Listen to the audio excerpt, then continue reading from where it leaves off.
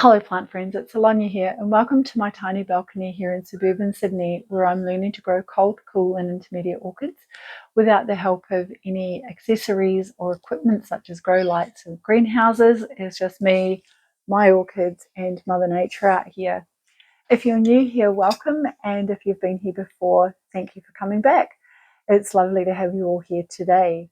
So autumn's here, the leaves are starting to change colour on the trees, the nights are longer, the mornings are darker, and the end of daylight saving is actually just next week. So as such, it is time to look at the tasks to prepare my garden for a not overly long, and also what passes for winter in Sydney. Sydney's winter's cool, but it's also variable depending on where you live. So the closer you are to a city type centre like I am here, with the amount of concrete, the winters rarely get below 5 to 7 degrees. When you get closer to some of the outer suburbs, the temperatures will get into the -Celsius, which is what I grew up with in New Zealand. For this place here though, I've not experienced a winter on this balcony, so if you would like to learn what I'm doing, please do press the subscribe button below. Now, being it's winter, some of my orchids are already in flower, as you can see here, but some are just closing down for their winter rest. So it's time to start looking at the tasks that need doing in order to prepare. So without further ado, I'm going to turn this camera around and we're going to have a look at the tasks that I have been hard at work sorting out for winter. Pruning out any missed dead foliage. This includes pruning out the herb garden and setting the clippings to either dry or start cuttings for new plants. I've pruned back the chives, I've pruned back the Greek oregano, that's calcium on there. The rosemary has been pruned. The thyme needs to be pruned back even harder. The ginger is looking amazing and it's giving new roots here.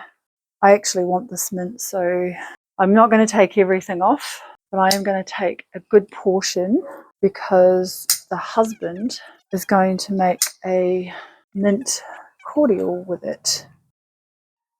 Now, by ignoring our outdoor spaces over winter, we can inadvertently provide spaces for pests to breed, which these pests can carry diseases. They can carry bacterial or fungal diseases.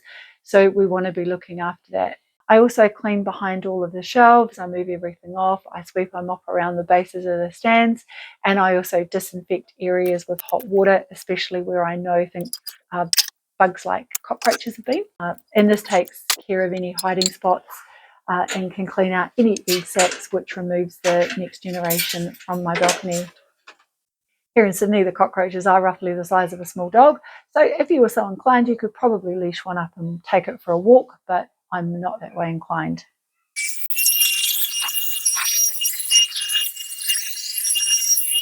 Okay, so this is after I have blown it and swept it out.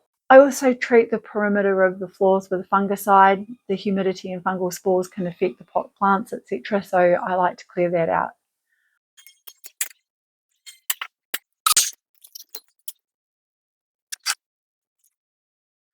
I also assess the window box soil. Does it need sieving, as I have composting worms living in the planters? Do I need to completely replace the fresh soil?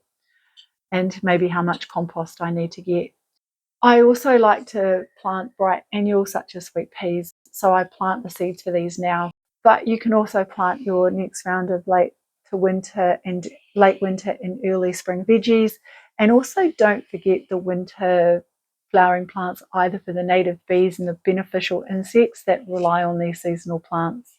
So as the season progresses, I also add other tasks such as pruning the rows. The worms need sieving and putting into their winter accommodation. There's equipment that needs to be sorted and put away. Dead plants need to be disposed of, and in general, I need to clean out the pots ready to be reused. Also, with the days being shorter, some of the plants may need relocation for winter to ensure that proper amounts of light is received in order to trigger flowering, especially those cymbidiums. Other species also might need a temperature drop to trigger the flowering, such as the Phalaenopsis back here. Some of my orchids are best transplanted in the early autumn when the weather is starting to cool down, but it's not cold yet. And my Paphiopedilum insigne was recommended to actually repot now by the Species Orchid Society. So that is a task I've actually already done, and I'm glad that I did. It was potted in heavy soil, and sadly most of the roots had rotted out, and all but one have been removed. So plant friends, a little bit of effort, everything's been put away, all of the plants have been pruned or trimmed back, soil has been refreshed, all of the things on the floor have been put away, it's all been swept, the table has been clear, tools have been sorted, all of the plants have been cleaned. There is just a little bit left to go, and those are putting things in the rubbish and then just putting hot water with disinfectant over the floor. Now, my autumn tidy up is complete.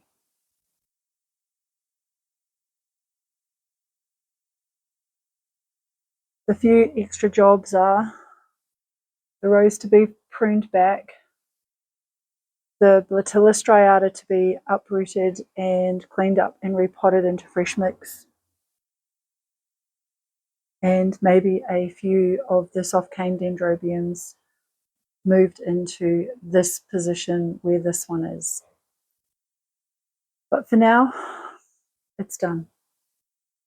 So plant friends, that brings us to the end of my 5 autumn gardening tasks.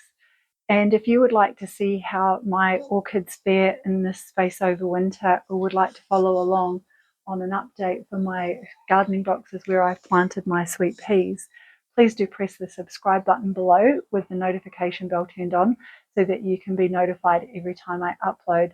But for now, thank you for watching. Grow well. I hope you enjoy your garden, and we'll see you all next week. Bye for now.